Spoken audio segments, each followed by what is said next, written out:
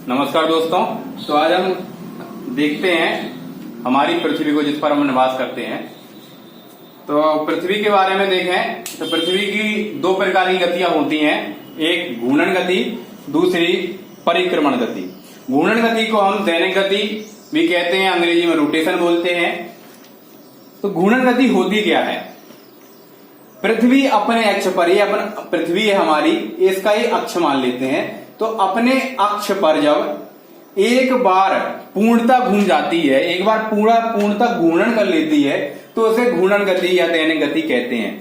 अब दैनिक गति या घूर्णन गति के कारण ही दिन और रात पृथ्वी पर होते हैं। ये क्वेश्चन आता है कि दिन और रात किस गति के कारण पृथ्वी पर होते हैं? तो ये घूर्णन या दैनिक गति के कारण होते हैं। समझ लेते हैं दिन और रात का कॉन्सेप्ट। मान लीजिए ये सूर्य है, ठीक है, तो इसका प्रकाश पृथ्वी पर ये इस प्रकार से पड़ रहा है।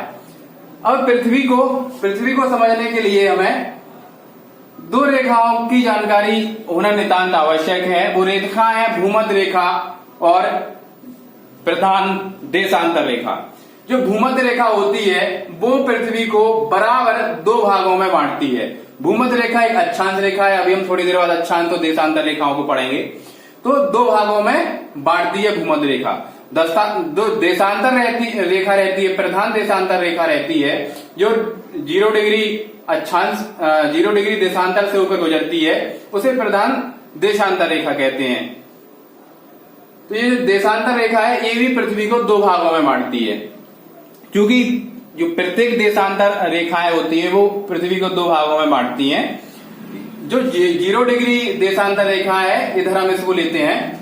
तो जो भूमध्य रेखा है, इसके ऊपर वाला भाग होता है उसे उत्तरी गोलार्ध बोलते हैं, और जो नीचे वाला भाग होता है उसे दक्षिणी गोलार्ध बोलते हैं। इसी प्रकार जो प्रधान देशांतर रेखा है उसके पश्चिम वाले भाग को पश्चिमी गोलार्ध बोलते हैं, और पूरब वाले भाग को पूर्वी गोलार्ध बोलते हैं। हमारे भारत की स्थिति देखी जाए तो ये हमारा भारत स्थित है।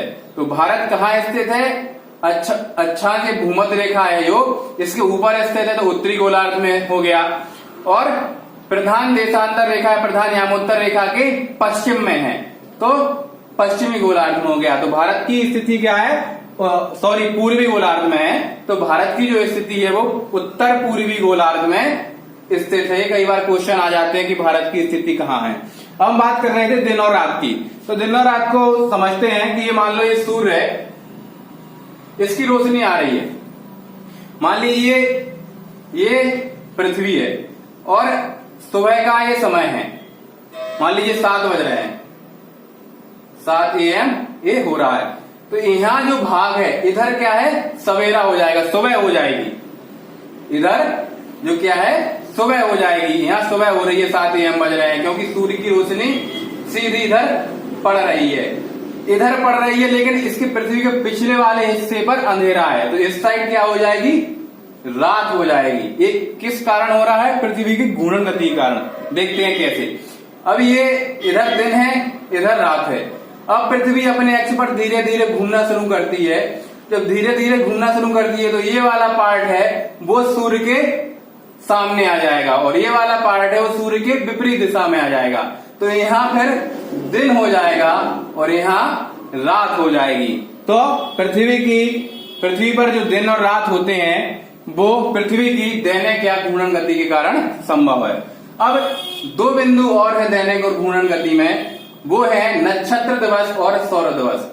नक्षत्र दिवस जो होता है वो 23 घंटे 56 मिनट का होता है, और सौर दिवस जो होता है वो पूरे 24 घंटे का होता है। नक्षत्र दिवस को समझते हैं। हम बात करते हैं नक्षत्र दिवस की। नक्षत्र दिवस जो होता है वो 23 घंटे 56 मिनट का होता है। नक्षत्र दिवस होता क्या है? मान लीजिए ब्रह्मांड में, हमारे सौर मंडल में जो अन्य पिंड हैं उनके सापेक्ष पृथ्वी की गति होती है, उसे नक्षत्र दिवस कहते हैं। मतलब उनके सापेक्ष पृथ्वी जब अपने अक्ष पर एक बार घूर्णन कर लेती है तो उसे नक्षत्र दिवस कहा जाता है। और जब हम सूर्य को स्थायी मान लेते हैं, क्योंकि हमने पढ़ा है पिछली वीडियो में कि सूर्य भी किसका चक्कर लगा रहा है, अपनी आकाश गंगा मंदाकिनी का चक्कर लगा रहा है जो केंद्र बिंदु है। अगर हम ये मानते हैं कि सूर्य हमारा स्थायी है और हम पृथ्वी उसके पूरे चारों ओर इसके चक्कर लगा रही है, अभी परिक्रमण गति में पढ़ेंगे, चक्कर लगा रही है, तो एक दिवस पूर्ण करती है। जैसे मान लिया 365 दिन में पृथ्वी चक्कर लगाती है सूर्य का पूरा, तो इसका जो एक दिन का अनुपात है, जो एक दिन में एक बार अपने धुरी पर घूम जाती है, उसे हम बोलते हैं सौर दिवस। तो एक बार जब घूम लेती है तो 24 घंटे में एक बार घूम लेती है। उसी प्रकार धीरे धीरे एक एक दिन घूम घूम कर पृथ्वी सूर्य का चक्कर लगाती है। तो सबसे छोटा जो अनुपात है वो 24 सूर्य के सम्मुख पृथ्वी का अपने अक्ष पर पूर्णतः घूम लेना ही सौर दिवस कहलाता है, और ये 24 घंटे का होता है। ये तो हो गया सौर दिवस और नक्षत्र दिवस, जो दैनिक और घूर्णन गति का भाग थे। अब पढ़ते हैं हम वार्षिक गति या परिक्रमण गति। वार्षिक जो गति है या परिक्रमण जो गति अंग्रेजी में रिवॉल्यूशन बोलते हैं, ये है पूरे वर्ष में पृथ्वी की गति। मतलब ये सूर्य है और ये पृथ्वी है, तो पृथ्वी जो है सूर्य का पूरा एक चक्कर जितने समय में लगाती है उसे बोलते हैं वार्षिक या परिक्रमण गति। यानी सूर्य की परिक्रमा जितने समय में लगाती है उसे वार्षिक या परिक्रमण गति बोलते हैं।